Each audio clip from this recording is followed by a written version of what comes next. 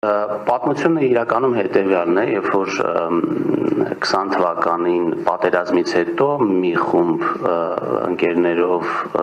որոշեցինք, որ մենք այսպիսի մի տեխնոլոգիական պարկ ենք ուզում հիմնադրել, որը կմեծացներ Հայաստանի այսպես զինվածությունը տարբեր բարձր տեխնոլոգիական մշակումներ անելու ուղղությամբ որոշեցինք այսպիսի բան հիմնադրել եւ իմ ընկերներից մեկը որպես իր մասնակցությունը այդ գործընթացում պարտքով այդ գումարը, այսինքն այդ գումարը ներդրեց այս գործի մեջ, որը ձևակերպեց որպես պարտք եւ որոշվեց, որ ես պետք է լինեմ, ես պետք է ղեկավարեմ այդ ընկերությունը եւ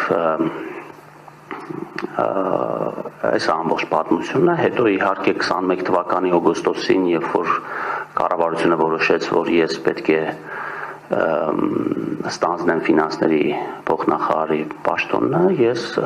ստանձնեցի այդ պաշտոնը, երբ որ արդեն պարզ էր, որ ես այլևս այդ գործունեությամբ չեմ կարող զբաղվել, ուղղակի այդ պարտքը եւ այդ ընկերությունը ես փոխանցեցի երրորդ անձի եւ այդ ընկերությունը որքանով տեղյակ եմ արդեն այդ ներդրման ամբողջ ծավալը իրականացվել է եւ արդեն գործունեություն է իրականացնում ինչ վերաբերվում է արտոնություն ստանալուն ապա ճիշտ ասած ես տեղյակ էլ չեմ եղել այդ արտոնության պատմության հետ կապված, այսինքն այդ ընկերությունը սարքավորումներ ներմուծելուց ինչպես բազմաթիվ այլ ընկերություններ, որը սահմանված է նաև մեր կանոնակարգերով դիմել է ներմուծման արտոնություն ստանալու էկոնոմիկայի նախարարություն եւ ֆինանսների նախարարությունը այդ process-ում ուղղակի ստուգում է արդյոք թղթերը ճիշտ են ձևակերպված, ճիշտ են լրացված, համապատասխանում է ԱՏԳ կոդերը իրենց սահմանված ձևաչափին եւ ԵԱՏՄ ֆորմատին եւ ստացել է այդ արտոնությունը բազմաթիվ, եթե չեմ սխալվում 50-ից ավել ընկերություններ ստացել են եւ այստեղ sense ասենք